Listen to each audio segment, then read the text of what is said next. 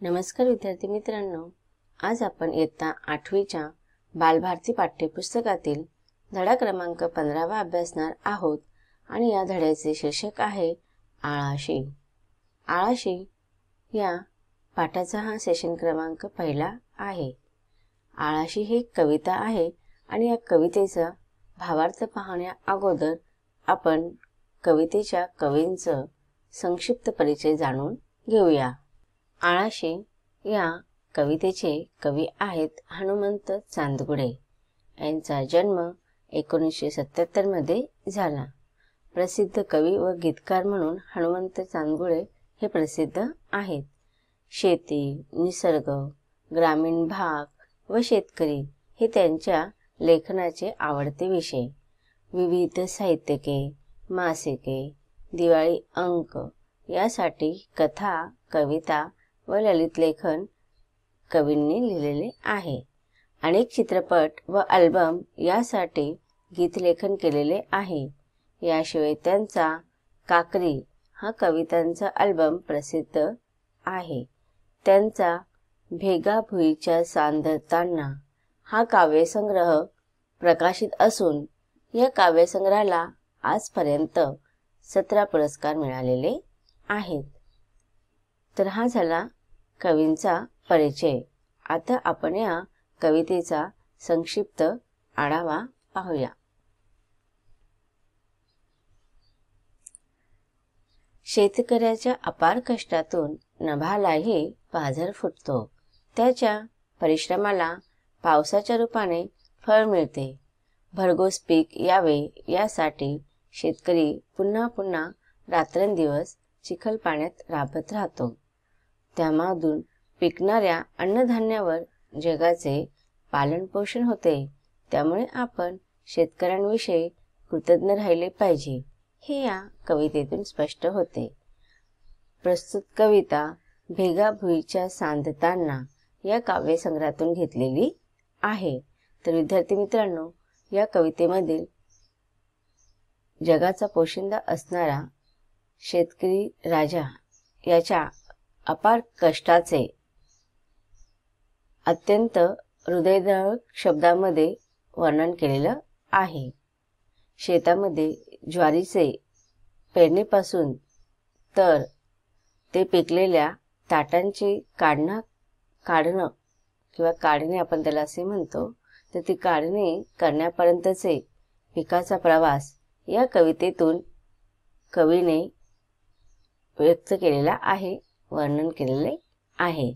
विशेष म्हणजे शेतकऱ्याच्या कष्टमय व समर्पित जीवनाचे हृदय हेलवणारा प्रवास या कवितेमधून कवींनी केलेला आहे। जगाचे पालनपोषण करण्यासाठी रात्रंदिवस शेतामध्ये चिखल पाण्यात राबणाऱ्या अशा या शेतकरी राजाविषयी आपल्या मनात कृतज्ञतेची भावना असली पाहिजे हे या कवितेतून कवींनी सांगितलेले आहे। चला तर आता आपण कविता अभ्यासूया। ऐका, वाचा, म्हणा। बा अनवाणी पायाचा ठसा मातीत उठतो। भाळावरल्या घामाचा पान्हा नभाला फुटतो।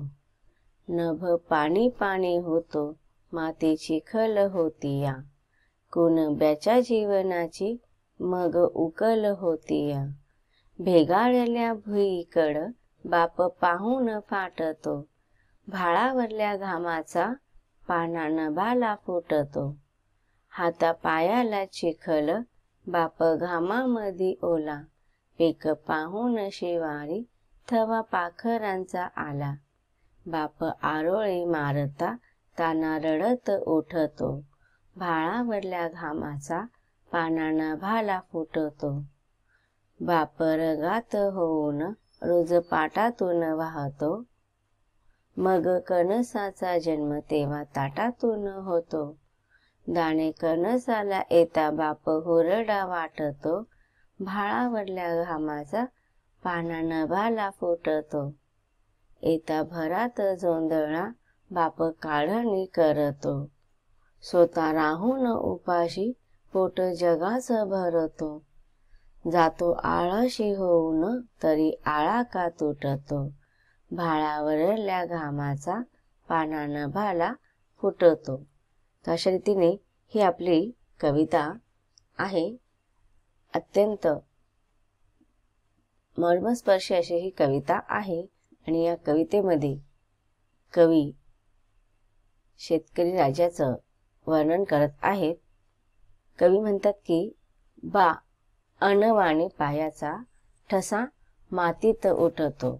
बा म्हणजेच वडील, अनवाणी म्हणजेच पायात बिना चपलांचा किंवा पायात चप्पल नसणे. तर कवी येथे सांगतायत की शेतकरी जेव्हा शेतात जातो त्यावेळेस त्या मातीमध्ये त्याच्या अनवाणी पायांचा ठसा उमटलेला असतो. आता असा हा जगाचा जो पोशिंदा आहे शेतकरी दादा, त्याची अवस्था अत्यंत दयनीय असते. त्याला पायामध्ये घालण्यासाठी चपलाही नसतात. आणि असा हा अनवाणी बाप प्रत्येक ऋतूमध्ये, हिवाळा असू दे, पावसाळा असू दे, उन्हाळा असू दे, उन्हाळ्यामध्ये सुद्धा जेव्हा जमीन तापते, माती तापते, तेव्हा त्या मातीवरती चप्पल घालून सुद्धा चालण्याची हिंमत होत नाही. अशा या उन्हाताणामध्ये बाप अनवाणी पायाने शेतामध्ये राबत असतो.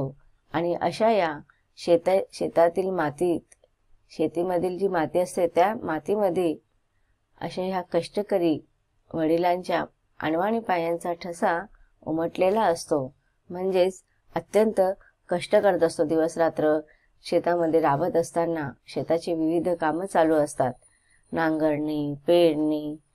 तुम्हाला माहिती आहे नांगरणी जी असते ती भर उन्हामध्ये ती नांगरणी शेतामध्ये केली जाते. आणि जेव्हा ती नांगरणी केली जाते तेव्हा माती अत्यंत तापलेली असते. अशा ह्या तापलेल्या मातीमध्ये माझा बा बिना चपलांचा, पायात चप्पल न घालता कष्ट करत असतो. आणि त्या मातीमध्ये त्याच्या त्या अनवाणी पायांचा ठसा उमटलेला असतो. भाळावरल्या घामाचा पाना नभाला फुटतो. शेतकरी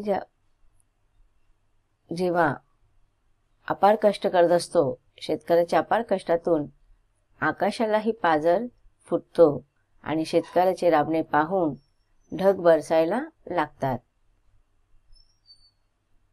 म्हणजे शेतकऱ्याच्या कपाळावरील घामाचा पाना आभाळाला सुद्धा फुटतो. भाळ म्हणजे कपाळ आणि नभ म्हणजे आकाश.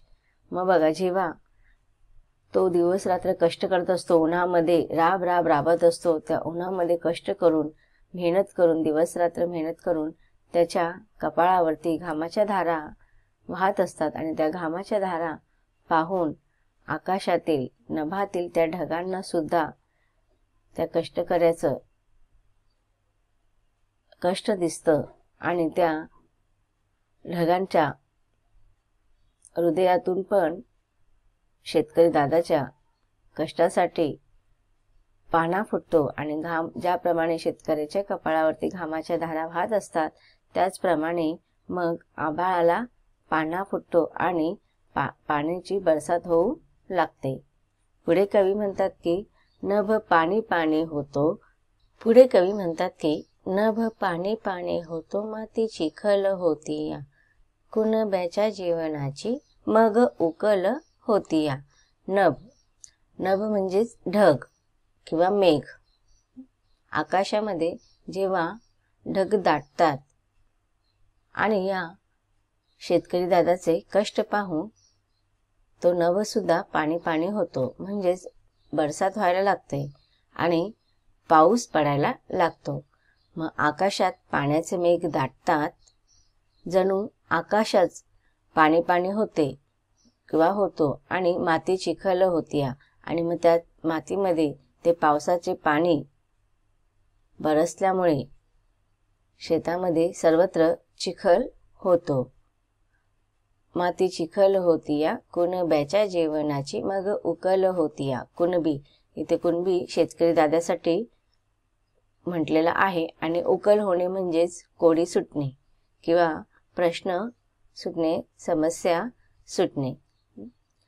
आकाशाचं पाणी जमिनीमध्ये मुरल्यामुळे शेतीतील माती चिखल होतो, तेव्हा शेतकऱ्याच्या जीवनातील ती कठीण कोडी सुटतात. तुम्हाला माहिती असेल की शेतकऱ्यांचं पूर्ण जीवन जे आहे ते पावसाच्या पाण्यावरतीच अवलंबून असतं. जर बरसात झाली नाही, पाऊस पडला नाही तर शेतीत पिकं येणार नाही, अन्नधान्य निर्माण होणार नाही आणि या वर्षभराच्या कष्टाचं त्याचं चीज होणार नाही. शेतकरी दादाचं पूर्ण जीवन हे पावसाच्या पाण्यावर अवलंबून असल्या कारणाने इथे कवी म्हणतात, शेतकरी बापाचे कष्ट पाहत असताना कवी म्हणतात की त्याच्या कष्टाचं, मेहनतीचं जे घामाचं पाणी जेव्हा ढग पाहतात तेव्हा ते ढग पाण्याच्या रूपाने बरसतात आणि मग पूर्ण माती जी कोरडी झालेली असते उन्हाळ्यामध्ये, ती माती बघा कशी झालेली असते, अत्यंत कोरडी असते आणि त्या मातीवरती जेव्हा पावसाचं पाणी पडतं तर ती ओली होते आणि त्या शेतामध्ये सर्वत्र चिखल होतो. म्हणजेच कुणब्याच्या जीवनाचे कोडी सुटतात किंवा प्रश्न सुटतात. भेगाळलेल्या भुईकडे बाप पाहून फाटतो. पण जेव्हा बघा कधी पाऊस येत नाही, पावसाळा पण सुरू होऊन बरेच कालावधी होतो आणि तेव्हा जमीन उन्हामुळे तापलेली असते, त्याला भेगा पडलेल्या असतात आणि हा पाऊस जेव्हा होत नाही ना, पडत नाही, त्यामुळे त्या कोरड्या जमिनीकडे, भेगा पडलेल्या भुईकडे, भुई म्हणजेच जमीन, तर भेगाळलेल्या त्या भुईकडे पाहून बापाचा ऊर फाटतो, हृदय फाटतो, तो त्याच्या मनात तो रडू लागतो. तेव्हा भाळावरल्या घामाचा पाना नभाला फुटतो.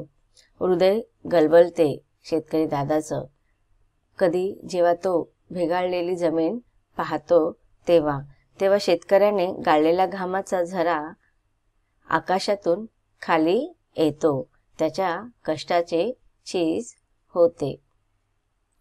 तर विद्यार्थी मित्रांनो, आता जी कविता आपण अभ्यासलेली आहे त्या कवितेच्या ओळीतील कठीण शब्दांचा अर्थ आता आपण जाणून घेऊया.